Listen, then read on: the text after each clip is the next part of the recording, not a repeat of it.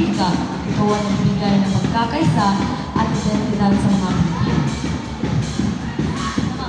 Sa wikang Pilipino, at dito natin ipapahayag ng ating mga salubin, kultura, at ito ay nagpapalawak ng ating kaalaman. Ang wikang Pilipino ay tradisyon at papahalaga ng mga Pilipino. Ang wikang Pilipino ay nagbibigay ng pagkakaisa sa mga mamamayan na mahalaga para sa pagbansang pag-unlad.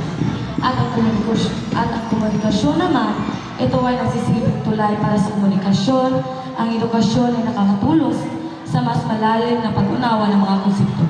Ang wikang Filipino ay malapit na naugnay sa kultura at kasaysayan ng bansa, na nagbibigay ng identidad sa mga Pilipino.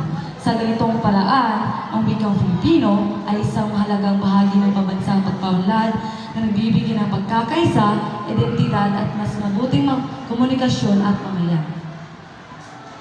Ang mga Pilipino ay nakakapagpahayag ng kanilang kaisipan, damdamin at kultura. Ito ay nagbibigay daan sa pagbuo ng isang malakas na nasyonal na identidad at pagkakaisa.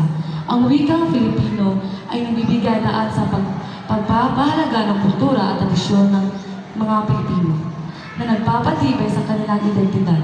At ito ay nagbibigay daan sa komunikasyon at kooperasyon sa iba't ibang antas ng lipunan na nagpapatibay sa pagkakaisa ng mga Pilipino, sa pag-access ng mga Pilipino sa iba't ibang kaalaman at impormasyon na nagpapatibay ng kanilang kaugnayan.